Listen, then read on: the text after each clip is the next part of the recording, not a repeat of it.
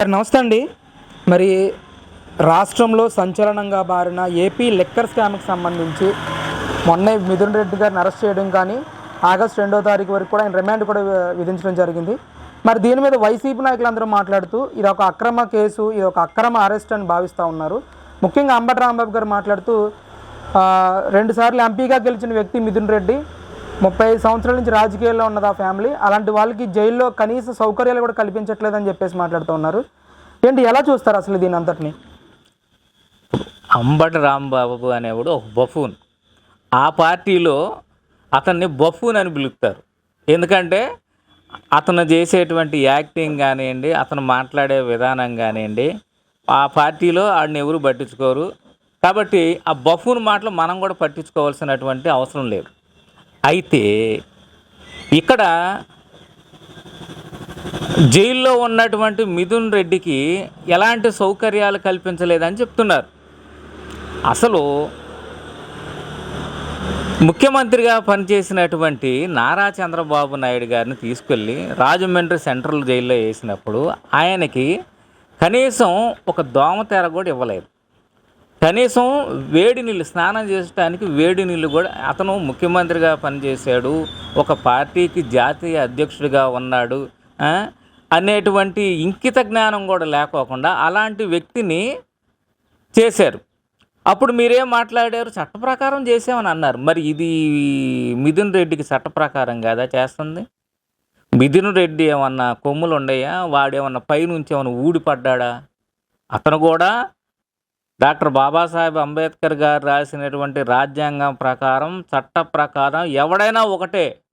కాబట్టి వాడికి ఏ శిక్ష విధించాలో, ఏ జైలు జీవితం జీవించాలో అలాగే జీవిస్తారులే, కానీ అలాగే సౌకర్యాలు ఇస్తారు. కానీ ఇతనికి ప్రత్యేకంగా ఇయటానికి ఇది దేశ నాయకుడా? స్వాతంత్ర సమరంలో ఉద్యమంలో పాల్గొన్నటువంటి వ్యక్తి, లిక్కర్ స్కామ్లో కోట్లు మింగేసినటువంటి దొంగ వెధవ. వాడికి మళ్ళీ మీరు వచ్చి దొంగ వెధవలు వచ్చి మళ్ళీ సపోర్ట్గా మాట్లాడతాం. మీకు సిగ్గు లేదా? మీకు సిగ్గుంటే ఆ సిగ్గు లేని వాడి గురించి మీరు మాట్లాడరు. కాబట్టి ఇలాంటి మాటలు మీరు మాట్లాడటం అసహ్యంగా ఉంది.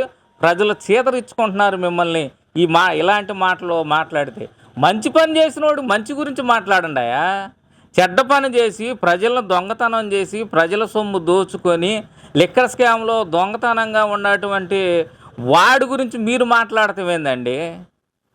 అంటే నిన్న మిథున్ రెడ్డిని ములాఖాత్ అయిన పెద్దిరెడ్డి రామచంద్రారెడ్డి కానీ మార్గాని భరత్ కానీ ఒకటే మాట మాట్లాడుతున్నారు. రెడ్ బుక్ రాజ్యాంగంలో భాగంగానే అరెస్ట్ చేశారు. ప్రభుత్వం మద్యం అమ్మకాలు జరిపితే ఏ విధంగా ఇందులో స్కామ్ జరుగుతుంది అని చెప్పేసి వాళ్ళు మాట్లాడుతున్న పరిస్థితి. గతంలో మద్యపాన నిషేధం దిశగా మేము అడుగులు వేసాము, మద్యం సేల్స్ని క్రమంగా తగ్గించాము, ఆదాయాన్ని పెంచామని చెప్పేసి మార్గాని భరత్ మాట్లాడుతున్నారు. ఇప్పుడు ఒకటండి, వాడేదో పిల్ల కదవా.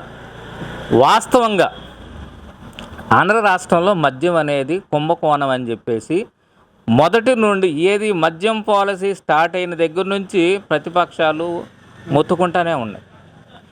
ఏదైతే ప్రతిపక్షాలు చెబుతున్నారు, ఎందుకు మద్యం అనేది ప్రభుత్వం అమ్మటం వల్లేగే కల్తీ జరుగుతుంది, డబ్బుల్లో మోసం జరుగుతుంది అని చెప్పేసి ఫస్ట్ నుంచి కూడా అందరూ కూడా మొత్తుకుంటున్నారు.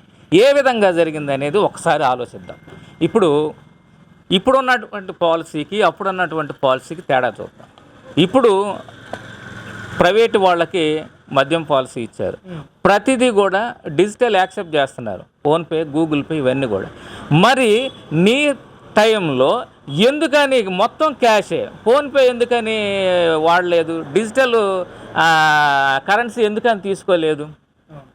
ఇక్కడే కనపడుతుందిగా కళ్ళకు కట్టినట్టు ఇది పెద్ద స్కామ్ అని చెప్పేసి అప్పుడే చెప్పారు కదా. అంటే డిజిటల్ పేమెంట్స్ వద్దని చెప్పి వైసీపీ నాయకులే చెప్పారని మాజీ ఎక్సైజ్ మినిస్టర్ నారాయణ స్వామి మాట్లాడుతూ ఉన్నారు. వాళ్ళకి సిగ్గు శరం, నోటికి అదుపు అనేది ఉండదండి. ఎందుకంటే ఏదైనా మాట్లాడతారు. అప్పుడు అలా మాట్లాడతారు, ఇప్పుడు ఇలా మాట్లాడతారు. ఇప్పుడు మద్యం తగ్గించే దిశగా, మద్యపాన నిషేధం దిశగా అడుగులేశారా? అరే సిగ్గుందరా మీరు మాట్లాడటానికి? ఆ మాటలు నమ్మి మీకు మహిళలందరూ కూడా ఓట్లు వేశారు. కనీసం గాంధీ జయంతి రోజన్నా ఆపారా మీరు? గాంధీ జయంతి రోజన్నా మీరు మద్యం ఆపారా? మరి సిగ్గు లేకుండా మీరు ఎలాగ మాట్లాడుతున్నారు? కరోనా వచ్చి దేశం అంతా కూడా లాక్డౌన్లో అంతా బంద్ చేసుకుంటే దానిలో ఉన్నటువంటి మద్యం అంతా కూడా బ్లాక్లో క్వార్టర్ను 1000 రూపాయలకు అమ్మిన ఘనత మీరే కదరా. అదేమంటే అసలు విచిత్రం ఏంటంటే అండి, ఎలుకలు కొట్టినాయి అంట, మద్యం ఎలుకలు కొట్టి తాగినాయి అంట. అసలు అది మరి ఎలాగా గాజు సీసాలని ఎలుకలు ఏ విధంగా కొడతాయి, ఎలా తాగుతాయి? అరే మీరు మీరు చెప్పిన మాటలకు జనం అంతా నవ్వుకున్నారు కదరా. మళ్ళీ మీరు మద్యపాన నిషేధం దిశగా అడుగులేసారా? అరే మీరు చెప్పుకోవటానికన్నా సిగ్గుండాలిరా బాబు.